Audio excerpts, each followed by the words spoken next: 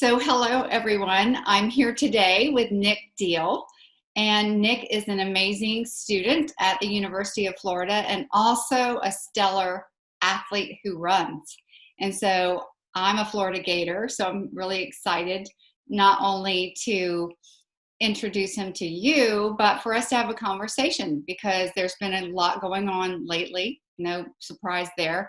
And fortunately, our conversation may include COVID, but we're not going to make it all about that because Nick has a lot to share. In fact, I was thinking about this interview. Hi, Nick. You want to say hi to everyone? Well, Yeah, so I thought I should include you on that. Um, well, I was thinking about interviewing you and what it is I really wanted people to know about you and about our work together. And I realized there's so much to fit it all in. It would be a really long interview. So we'll just do the best we can today. And we may have to do even a second interview because as I started writing notes, I realized that you are and have become somewhat of an expert on mental training and the brain on sports. And I'm so impressed. I'm not even sure that you know at this point how much you've actually learned. So, no, but no, but we've been working together for a while now, right? like since my senior year of high school, so like four years. Four Yeah. years. Yes, yes, you're right. And it's gone by quickly, hasn't it?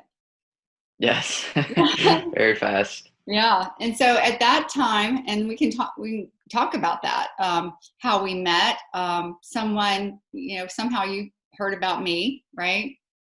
And I think through Miss Ellis. so that's how it works. You just because I don't think there's a lot of information out there about who can help you with the mental side of the sport, right? There are Hmm. sports psychologists, and they're great to talk to. My daughters used them when they were swimming in college, and but other than that, I don't think in terms of what I do, which is a little bit different, right? Yep. Yeah, there's just not a lot of information. So referrals are great, and it's just been great to see your progress. And at that time, so you really wanted to go to the University of Florida, right? Yeah, deep down, I wanted to be a Gator for sure. Yeah, and so that was an advantage because you had a direction, you had a goal, and you were a great runner. I mean, you represented your high school so well. As we talked more, I certainly recognized, and I think you began to recognize too, that you could be even greater, and that mindset had a lot to do with it. And so you began learning things about how the brain works on sports and how it's not that you ever, quote, mentally have it, right? That you have to exercise the mental side of the sport just like you do your physical and technical skills. Hmm. So we're all a work in progress all the time. Wouldn't you agree with that? Yep, it's ever constant. Yes. And so you've been on this journey. And so your first and one of your biggest goals was at your state meet and during that season to run well enough to be invited to run for the Florida Gators, which is not an easy invitation to get. I'll just say that right now. So the fact that you were invited by that school says a lot. So how do we do that? Can you talk a little bit about and people don't know, may not know what it's like to work with me.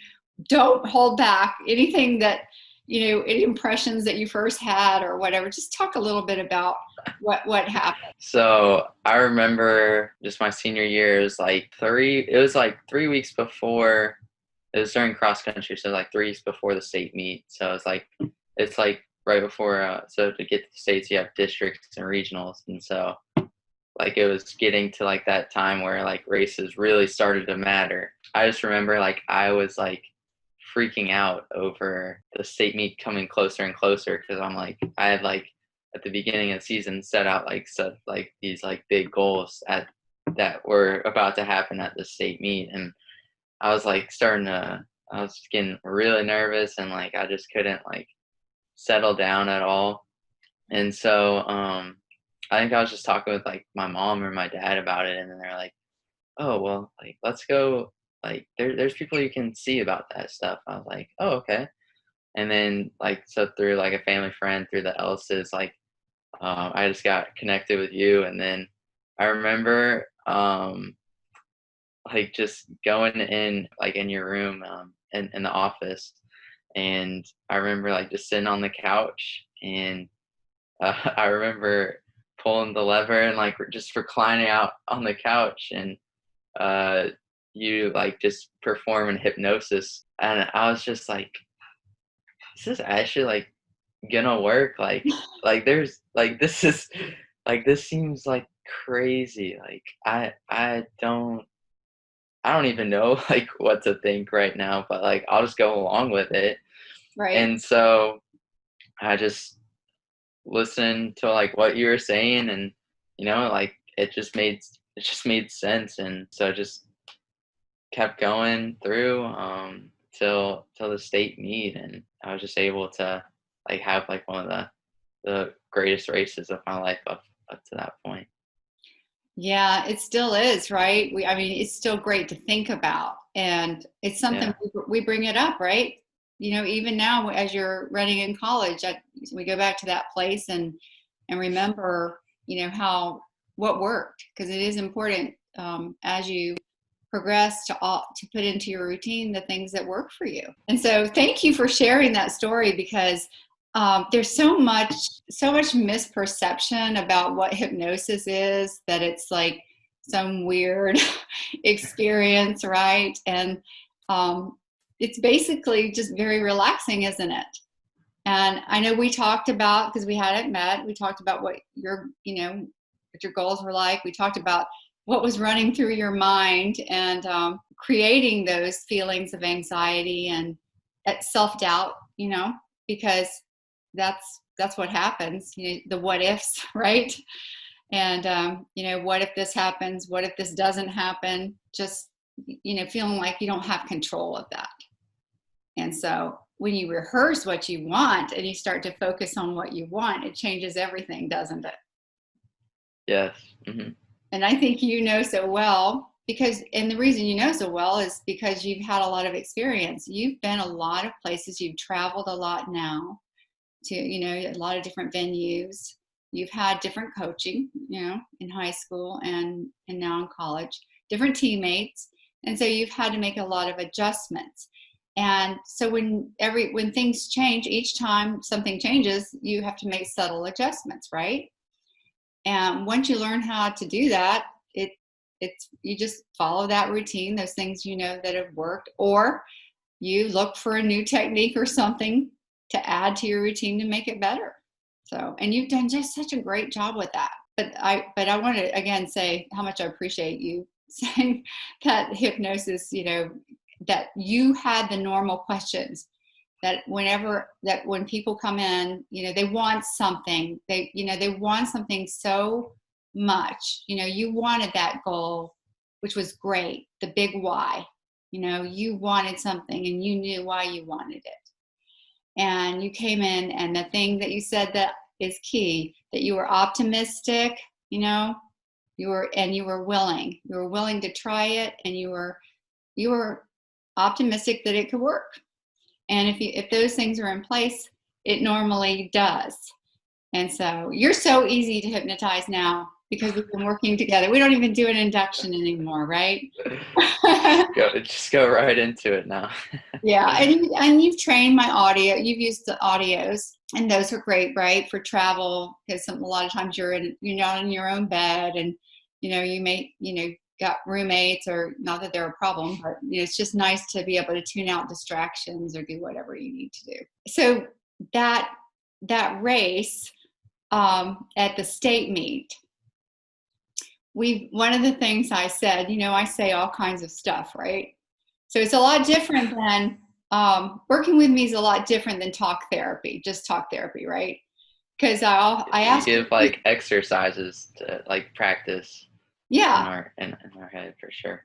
sometimes they're just a little quirky and strange too, right? Like Hmm. I always love your expressions, but now you're so kind of used to it. You're just like, okay, that thing she tells me to do works, so I'm just going to do it, right? Yeah. But at first wait, what? You want me to do what? But I mean, one of the things you learned during that season is that you can perform well when you're sick. I think it was, oh, that was, yeah, during track season. Okay, It yeah, was the regional meet. I woke up and we were supposed to take a bus over to Tallahassee from here in the morning, and I was supposed to triple with like the 4x8 mile and 2 mile. And I woke up and I was like, oh no, I feel terrible. Like my throat is pretty sore, and like I'm pretty congested. Like this, like, because leading up to that point, like whenever I was sick, it was like that's like the death of me. Like right. that's it. Like I couldn't run through that. Like, and so at that meet, I was like, I remember just calling you, and I'm like, Joni, I'm sick. Like, it's over. Like, this is it. I'm done. Like, I'm not gonna make it to States. This is miserable. And like, you just talked me through it, and you're like, people can run well when they're sick. Like, it's not. It doesn't. That doesn't like define whether you can run fast or not. Like, if you're sick, and yeah, and I remember like I like ended up skipping the 4x8 that morning. I didn't go for I like slept in. I didn't go on the bus. I had my mom drive me all the way to Tallahassee. Yeah. And then in the mile and 2 mile, like I remember I was just like it was like I was just nervous because I was like, man, I'm sick. Like I don't know how it's gonna go. Like this could be my last senior. Like I'm a senior. This could be it. And just like it went like as smoothly as I could have imagined, like those races going. Like even if I wasn't sick, like or like I remember I just like easily qualified in the mile and 2 mile, and I was just like, oh, it just kind of like sparked a thought. I was like, oh, like maybe maybe like I can like run well if I'm not feeling the best or what. Yeah, Like it how wasn't you a maybe anymore, was it? no. It was, yeah, because what happened was you had learned how to make the shift. And that's what we talked about, when I was listening to all of your, when you didn't feel well. And I do, of course, I don't, I feel bad when you're sick, but that wasn't my job at the time. My job was to talk to you about to shift your focus to what you wanted instead, visualizing yourself running well.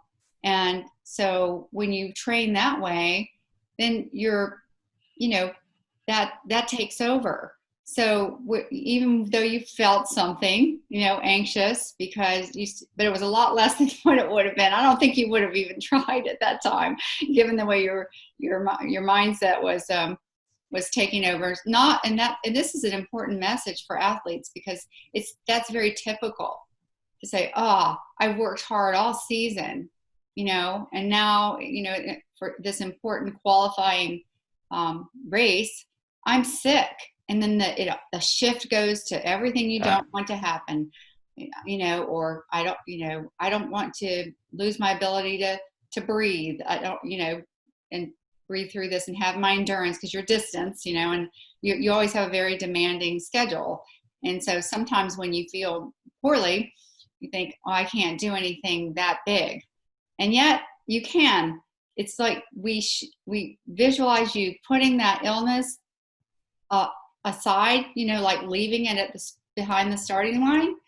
And then you took care of it. You just, let your mind, that good part, that great part of your mind, the subconscious mind that doesn't worry about what's possible or what you used to think was impossible, right? You learn that you don't have to feel well to do well. And we know it's true now, right? So, Yep. and Still that, learning it though. yeah, well, and you had some challenges this year being sick, but still had a decent season, a really decent. You had some good times and good experience, and you learned a lot, and you worked through a lot of things, and that's what you want your college career to be, is a progression. I'm really excited about, as I mentioned earlier, about you even becoming more and more of a leader, because you are a leader, but I see you becoming even more of a leader in the area of mental toughness for sports. And I actually can confirm that, because you just helped me write another guide, and the guide for runners, and that will be available by next week. So that's exciting, right? And so behind me, I guess you could see, and you know this, I have the general athlete book, and this is the one for swimmers. So it'll look similar to that, but it's the AIM mental toughness guide, gold medal mental toughness guide for runners. And I couldn't have done it without you and Claire Openshaw. And so I'm very excited that you helped and participated with that. And who better, because you've done so much. So just to show you, and this is not everything, we started with the audios, training the audios, and the session in the office, and you've had several of those. And I love when you come in. We always take a picture. It's so much fun. Bilateral stimulation. We've texted back and forth, and I've sent you on the bus, right, audios to listen to. I'm glad I warned you, right? I started warning you. There's an audio, so that you just click on the text, and there it is, right? Yeah. Affirmations. I mean, you have a great set of affirmations, and they change according to wherever it is you're going, or what your goals are. You've used a lot of imagery. You're very, very good at using imagery now, and becoming just proficient in that. And then focusing on what you want, recognizing you're getting better and quicker at recognizing what it is you want. And when you're focusing on what you don't want, those, when maybe one of those uncontrollables comes up, and I want to talk about a fun one in a minute, you've learned to just shift your focus back and quickly. Because when you think about, even back in high school, to be able to accomplish what you did in 3 weeks, right? That was fast. So you made it, you know how quickly, and now you know that you can do it in a matter of minutes. And so sometimes just reaching out, or just, taking a few minutes to reflect and do what you need to do, just to tune everything out and say, whoa, I'm not letting that stuff in. I'm going to stop the way things are playing out in my head and go back to the good habits now, the affirmations and the things that I decided, that would be you. You decided that you were going to use, that those things that are best for you. And, trusting your training, and also before you leave for these big competitions, to go through that mental checklist and say, hey, I don't need to worry about anything. Everything's in place. Everything is in my subconsciously, it's there. I just have to show up and go, right? Yeah. Or deal with anything that comes up. And so many techniques about how, and they're all in the book, so people will get to see what those are, and then future pacing. And also one of the techniques, voice shift, when maybe there's some chatter, it could be from anywhere. It could be from, because there are always a lot of people at these events. It could be something, someone negative being negative, or it doesn't even have to be your coach. You can hear things going on around. And that negativity, if athletes and people aren't careful, it starts to seep in and there's no room in that, right, for your race and for what you. Mm-hmm. So being able, that technique, to be able to learn how to tune that out and do something funny and fun with it, and it always makes me laugh when I think about it. You remember me sending you that video? Yeah, it's pretty crazy, right? But yeah. Sometimes we have to exaggerate things to make a point or learn. And also, how I am. I like to keep things fun and easy, because I think that's the best way to tackle anxiety, right? Hmm. If we're going to try hard to make anxiety go away, then we're using that front part of the brain. And you know that, but you also know that 90 to 95% of all thinking is subconscious now. And so once athletes learn that that's how you need to show up at competitions, they start to have a lot of confidence that even if something comes up, you can get rid of it, for that window of time that you need to compete. So it's been really fun watching you deal with these little things along the way, and see all these pieces add up. And I've seen you become more determined than ever. Yeah, I feel I mean, just as you just keep like adding like more and more to like the mental side of it, like doing more and more of those techniques and stuff, like I think it just kind of adds like fuel to the fire. Like you just want to like just keep going and try and like reach those goals that you set out. It's encouraging, isn't it? Because sometimes physically you really are training, where at the level they're telling you you're doing the amount of weights they're telling you to, you're following the program. And so physically and then technically when you're working on those things, when they're in place, what else is there to add, except the mental side, which is huge.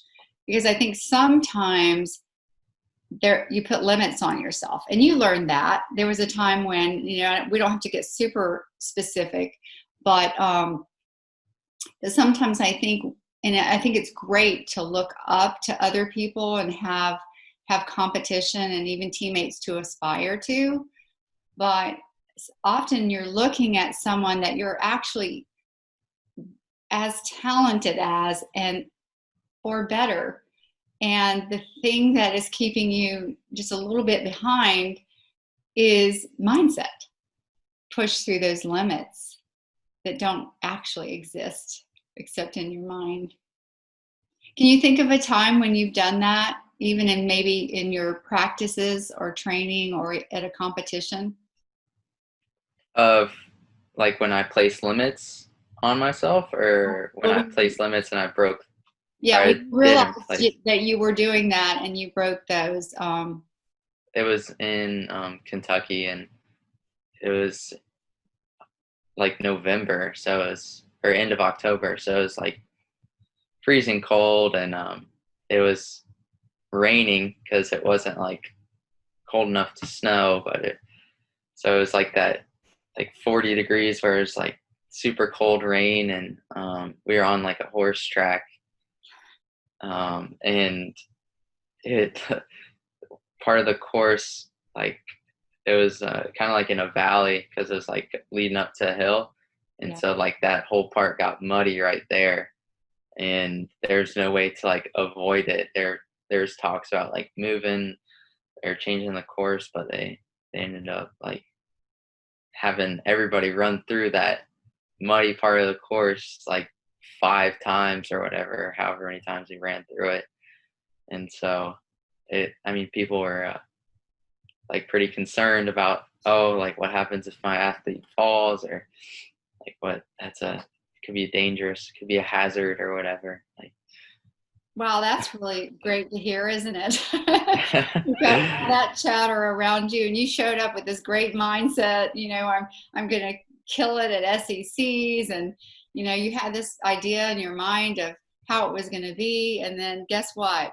You get there, and all that is going on, and that's happened, and that's one of the things that is important to prepare for. When you agree that, hmm and then you guys had to you were running in the mud that night, right? yeah, Yeah. So, yeah. So I remember we mentally rehearsed that next day, and it was a great opportunity to make the worst part of the race. At least the worst part in your mind after you had, seen the course. Um, make it a challenge. Make it a challenge to make it the best part, and that can be done, can't it? yeah. Like I remember like just we were talking and just I remember like going down the hill, like as soon as I get to that mud part, I would hit it as like I would take off. I just remember no matter who I was with or whatever, like I'm gonna like pick it up once I'm going through that mud spot. Like instead of like being like, oh, like this part sucks right here, and like complaining about it, like flipping it on itself and saying like, oh no, this is actually where I'm gonna pick it up right here. This is actually like the most important part of the race right here. Like I'm not gonna get broken by this like mud or whatever it is. Like I'm actually gonna hit it harder right here. That's amazing. It's an amazing shift and reframe of the mindset. And we see what the results are. The results are that there were other people, a lot of other people that probably had that other mindset and they were behind you. So how are you doing during, this time, this kind of weird time of having school online, not being at the swamp, not being in Gainesville, being home? How's it going? Yeah, so I was just talking with like my friend the other day, but I didn't realize this. Like I've been home for almost like 2.5 months now, Wow. which is gone by pretty quick. Um, and so I had been pretty much still like training and just kind of like trying to do stuff take advantage of like this all this extra time that I have, Yeah. especially now that school's done. It's been done for like a month. That like that I haven't had or like being back at school in the swamp. So like especially just like with like family or like doing like just stuff like that I've just said that like, oh no, I don't have time to do this right now. Now I like don't really have like much of an excuse. I can't say like I don't have time because like that's just not true. Right. Um, yeah, I guess I've just been trying to like take advantage of like seeing this as more of like an opportunity to um, just kind of like grow and like just spend time with like family and friends that I haven't seen in a while as well, and also know like that I probably will never get like this much time like at home again. So like just That's kind of like trying to like soak it in as well. So that's a great way to think about it. And I think you've done a great job with your time. You academically, you took the GRE. And so that shows that you have lofty goals, which I love. And I mean, you've always risen to the occasion, so that's exciting. Just future pacing and thinking about that. And I'm excited that we are going to be able to integrate soon and have some, and it's already happening, some smaller groups. Because one of the things I want to do is work in small groups and have you be a part of that, and mentoring some of the younger runners. And because you're so far down the line from, where they are now, and they're interested and they're optimistic like you were, and they're willing, but it's really important for them to hear your message of the process and how important that is. In my mind, I already see not an ending to, because who knows what you might end up doing with running, but just looking at the rest of your college running career, I'm so excited about where I know that you can go and where you want to go with that. So it'll be fun. It's going to be fun to see. So is there anything that you can think of that you would like to say, or you would say to younger runners or even runners that, at your level? Hmm. Um, that we haven't already talked about? yeah. I mean, I would say like the mental aspect of it is like just important, um, as like the physical aspect, like if not even more important. I know like there, especially like for me, like going into a race, like I like I will perform um like way better if I'm like working on like the mental aspect of it. But like if I like kind of like ease off of it or say like, oh, you know what, like it's not like that big of a deal, like then that's usually like when I get in trouble. I would say that's true, right? Yeah, I Yeah, think it's just important too as well to like it just doesn't like stop at like the mental side doesn't stop like at the like before the race or like after the race. Like it happens like during the race as well. And like there's been stuff like that you've like taught me how to do to like to tell myself like during the race that will like keep me engaged, like keep me focused on the race. And like like and like when those doubts creep up in the race, which like they do to everybody, like yeah. no one's like immune to that, like you can still like push through that. So Yeah, that's a good point. No one is immune to it. And, their private realities, everyone knows. They know what they're saying to themselves. And, but the beauty of it is that you can, knowing that you can push that reset button during the race and make a shift. And you can set that up ahead of time. And then maybe you might not know exactly when it's going to happen or what's going to happen, but you know what you're going to use. And so it's great to have something in place. It makes you feel more confident, not like, oh, it's too late at that point, isn't it? If you don't have anything prepared, and then it becomes a choice. How I want this, to remind yourself, I want this, and so I need to do something right now that I know, that I've learned about, to make that happen. And it's just wonderful. It's worth it at the end, even if you're really tired, even if you face plant, right, Nick? especially if you I like have if to you show face that plant. picture. I have to show it sometime that, yeah, promote this podcast or whatever. That was great. And, that was partially my fault. I have to tell everybody that there was this, we did a visualization and a hypnosis session. And when I talk to athletes and they tell me, I'm doing everything I can, I'm pushing myself as hard as I can. And I said, as we visualize that, you know, and even reflect on that, did you feel like, did you face plant at the end of the race? Did you really give it all that you had, to the point where your body was exhausted, your mind was exhausted? And the answer, is normally no, when you really think about it.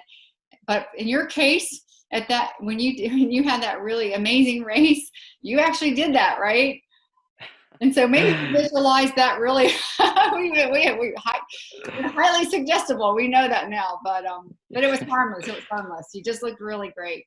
That's what we love to see, is when you get to the point where you actually gave it everything, mentally and physically. And it just doesn't get any better than that. And so I think that picture represents something amazing.